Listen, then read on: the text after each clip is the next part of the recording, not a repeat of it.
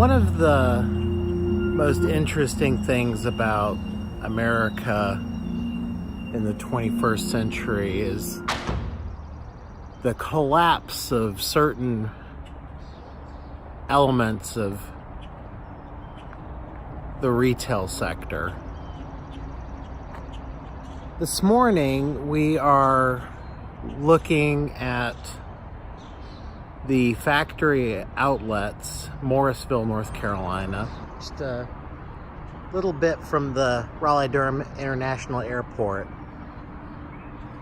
I don't know exactly when this place shut down, but I do remember this was my first real experience with the kind of designer outlet center that now seems to be dominated by the likes of Tanger.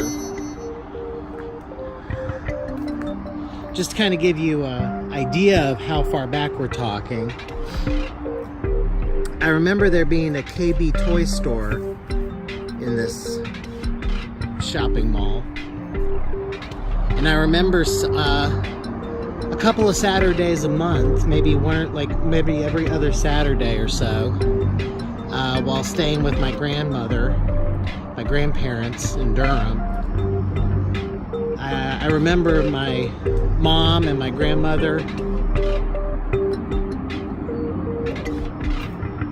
taking my sister and myself here.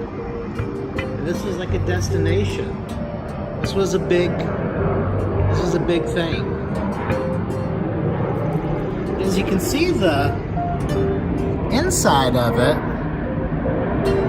is still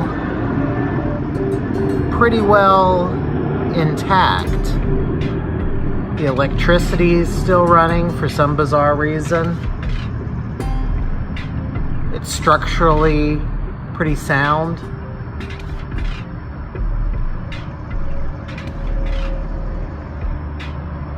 But probably about 10 years ago, maybe more like 15, this was a bustling center of commerce. But this is hardly unique in 2019.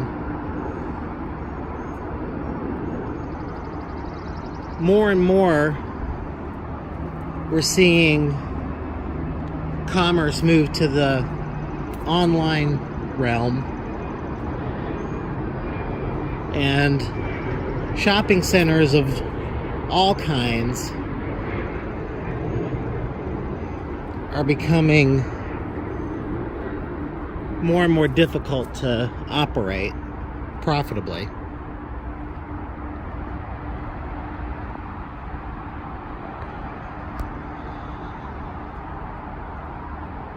It's kind of weird in a way because you've got this dilapidated, long abandoned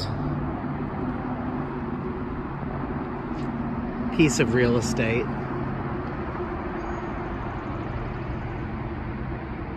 And then just down the street, you have a major international airport that's constantly growing, constantly expanding.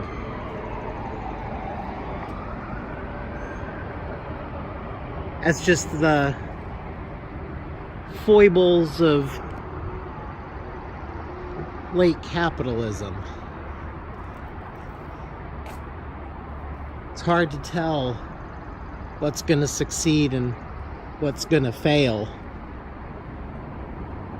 And what's bustling and busy and profitable one moment is just a rusting hulk in the next.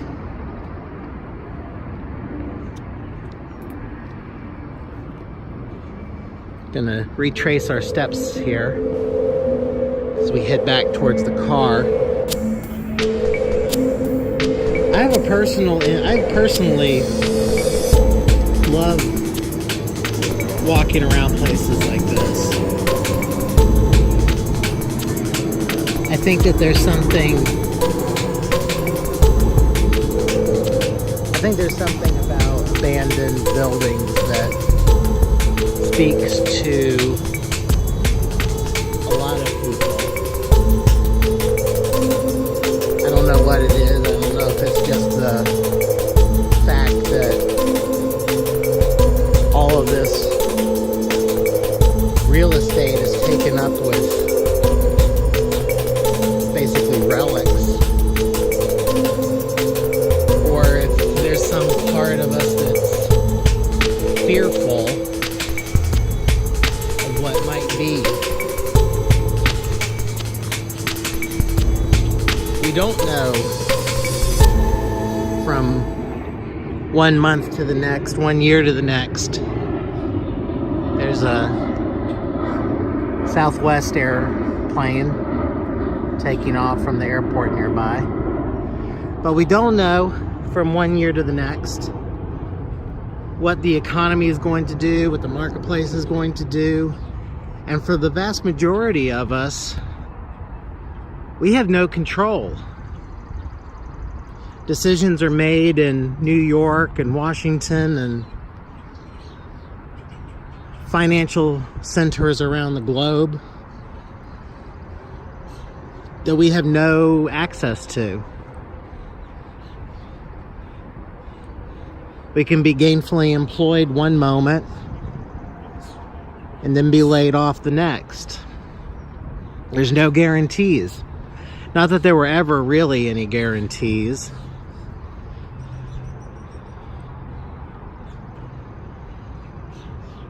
But so much of our lives nowadays are wrapped up in work and consumption that anything that interrupts or threatens to interrupt. I think this is a Delta flight. No, I think it might be something else actually. Maybe Frontier. But anything that threatens to interrupt that life is scary.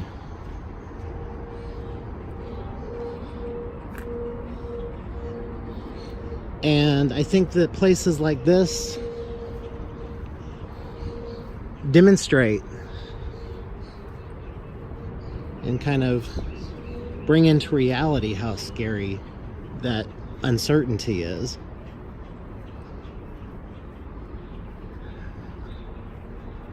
Gonna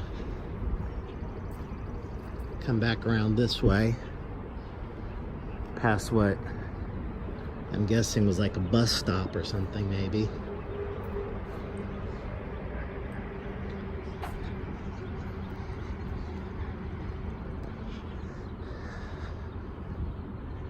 But I'm sure that 40 years ago, when the first indoor shopping malls were really starting to come into their own, I'm sure that the people who worked there, the people who built them, thought they'd last forever, and we certainly know that that's not the case.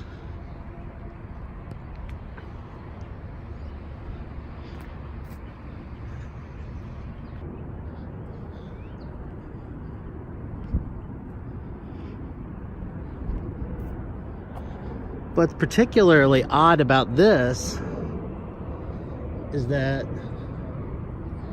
I don't even know that there's a for sale sign. Usually places like this in this state of disrepair or whatever, they're usually trying to be sold, but I don't see any evidence of that.